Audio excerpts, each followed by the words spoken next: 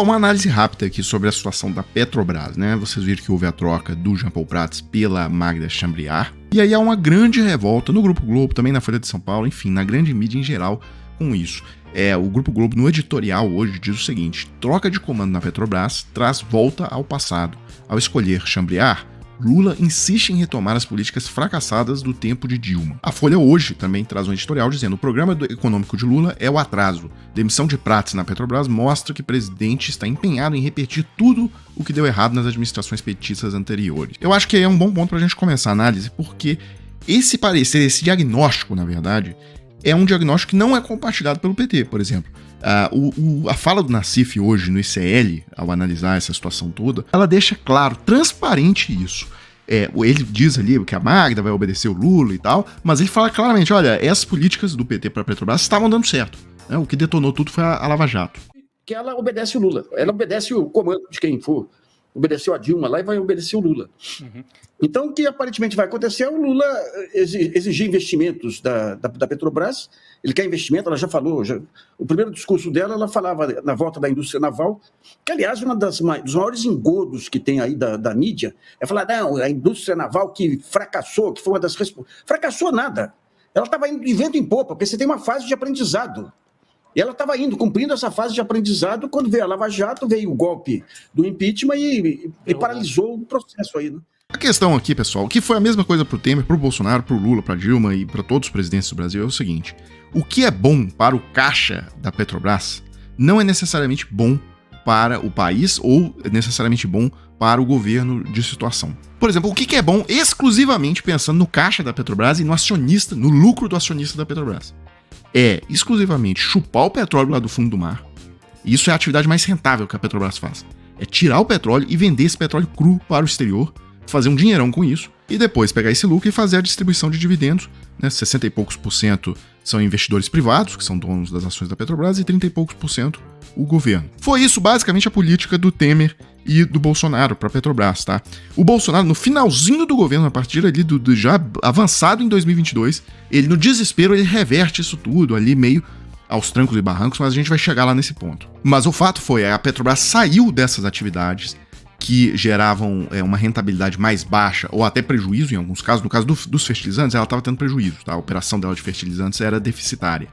E aí ela saiu fechando as fábricas, vendendo as fábricas, e a Petrobras também saiu da construção de novas refinarias. Ela parou com isso e passou a importar óleo diesel. Então ela passou a importar óleo diesel do exterior em grandes quantidades e também o Brasil passou a comprar fertilizantes, enfim, de outros países. A Petrobras saiu dessas atividades com rentabilidade menor. Bem, essa política fracassou, tanto no governo do Temer quanto no governo do Bolsonaro. Essa política, inclusive, ela acabou com o Temer, tá? Quando teve a greve dos caminhoneiros de 2018. Enterrou ali a possibilidade de reeleição do governo dele e tal, deixou ele, inclusive, como o presidente mais impopular da história do Brasil. E aqui vale a pena uma segunda consideração. Para aumentar o lucro da Petrobras, não é só a questão de desinvestir de atividades que não dão tanto lucro assim, como fertilizantes e a construção de novas refinarias. Também envolve manter o preço do combustível que a Petrobras vende para as refinarias aqui no Brasil a um nível internacional, tá? A questão da paridade internacional com o preço dolarizado. Isso também faz explodir o lucro da Petrobras e tal. Foi isso que detonou o Temer e detonou também o Bolsonaro. O Bolsonaro, inclusive, foi um caso muito curioso, né? Ele arrotava essas coisas do mercado, sobre a questão da gestão do PT sobre a Petrobras e tal. Aí bancou essa política de paridade de importação, colocou lá o Castelo Branco, um cara do mercado tal, que executou a política. Bem, quando a coisa ficou escandalosa, ou seja, os preços aqui de tudo, né? De gás natural, combustíveis, tudo caríssimo aqui, e a popularidade dele sangrando. Quem se lembra, né, que parte da população nas periferias da cidade e tal, voltaram a usar lenha, né, pra poder fazer a comida e tal. Então foi uma coisa escandalosa, sangrou a popularidade dele e tal. E aí, ele como um moleque, começou, a partir de abril ali de 2022, ficar desesperado com isso, porque, olha, eu vou perder a eleição. Né? A política que eu banquei nos últimos 3 anos e meio, ela não deu certo. Ele descobriu isso, mas descobriu muito tarde. Aí você se lembra ali que em 2022, há poucos meses das eleições, ele começou, olha, o Brasil é refém da dolarização, fazer as lives, começou a jogar os vagabundos, né, que o apoiam contra. Aí começou a fazer um carnaval, um estardalhaço, né? Demitiu o Castelo Branco da presidência da Petrobras, colocou lá um general. Acabou que também o general não entregou o que ele queria. E aí ele partiu para tentar raspar o caixa dos estados, jogou os vagabundos que o apoiam também contra os estados. já praticamente dentro do processo eleitoral, uma loucura. E conseguiu lá, com a raspagem do dinheiro dos estados, quase parou as polícias militares, parou hospitais estaduais, escolas e tal, mas ele conseguiu raspar o caixa dos estados e durante o período de eleição ele conseguiu uma redução dos combustíveis, né, com aquela canalice lá que ele fez relacionada ao ICMS. Bem, aí vem o governo Lula e há uma diferença, né, pro Bolsonaro, porque o Lula, pelo menos, ele sabe o que ele quer pra Petrobras, né? Não é como o Bolsonaro lá que colocou o Castelo Branco e fez a política do Castelo Branco, depois viu que aquilo ali ia fazer ele perder a eleição e saiu igual um louco tentando desfazer tudo em cima da hora. O Lula não, desde o primeiro dia ele sabia que é o seguinte, olha, é para reduzir o lucro da Petrobras, é para reduzir a lucratividade da Petrobras, a Petrobras deve sim voltar a operar naqueles setores, inclusive que sejam deficitários, etc., mas porque aquilo ali vai gerar emprego para os brasileiros, então construção de novas refinarias, voltar a investir em fertilizantes para reduzir a dependência de compra de fertilizante do Brasil pela Rússia e outros países. O cerne da ideia é o seguinte, a Petrobras vai desenvolver atividades que vão, de certa forma, sangrar o próprio caixa e reduzir a lucratividade, porém são atividades que são importantes para o desenvolvimento do Brasil. Bem, aí voltando para a questão lá da grande mídia, há uma opinião. Ela é uma opinião, as pessoas podem ter opinião e tal, ela é uma opinião de que há um excesso de oferta de diesel no mercado internacional, tem Rússia fornecendo até a preço abaixo do mercado, tem Estados Unidos fornecendo em grandes quantidades, tem os países do Oriente Médio, Arábia Saudita, Emirados Árabes Unidos, todos oferecendo muito derivado de petróleo a um preço baixo. Então, e a construção de novas refinarias no Brasil é um processo que gera muita corrupção, gera muito dinheiro jogado no lixo.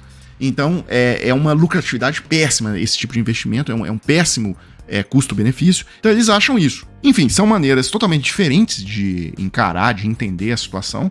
Agora, o que tá errado é o comentário, por exemplo, que eu vi da Thaís Herédia ontem lá na CNN. Isso que ela falou que não existe. A Petrobras não tem que discutir os rumos dos seus investimentos com o presidente Lula, com o presidente da República. As decisões sobre a Petrobras não podem ser tomadas pelo Palácio do Planalto. As decisões pela Petrobras têm que ser tomadas pelo Conselho de Administração, pela diretoria, por aquilo que faz mais sentido no setor de óleo e gás. Isso que ela está falando é uma grande besteira, porque a Petrobras, o controlador, é a União.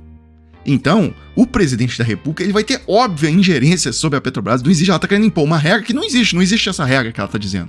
Né? A regra é que o controlador é que impõe a diretriz para o comando da empresa. Então, se o presidente da República aponta os rumos ali que a Petrobras deve seguir, investir mais em fertilizante, isso vai chegar lá na Petrobras. Tá? Não existe isso que ela está dizendo. E quem investe na Petrobras, os acionistas, também não são crianças, não são moleques. Ninguém aqui é inocente nessa história. Eles sabem muito bem que eles estão investindo, que eles estão comprando ações de uma empresa que é controlada pelo Estado, e o Estado pode sim, às vezes, não ter o interesse no lucro imediato. Ele pode querer ali um investimento que vai gerar empregos, que vai gerar redução da dependência do país em fertilizantes e tudo mais. Então, eles sabem que estão colocando dinheiro numa coisa que é arriscada. Porque quem manda ali em última instância é o Estado. E às vezes o interesse do Estado não é o mesmo interesse do acionista privado. Pessoal, então é isso, né? Eu fecho esse vídeo agora, coloca aí na tela a chave Pix do Desmascarando. Se vocês gostam do trabalho, quiserem contribuir com alguma coisa, está aí. E a gente volta mais tarde com mais um vídeo para a página.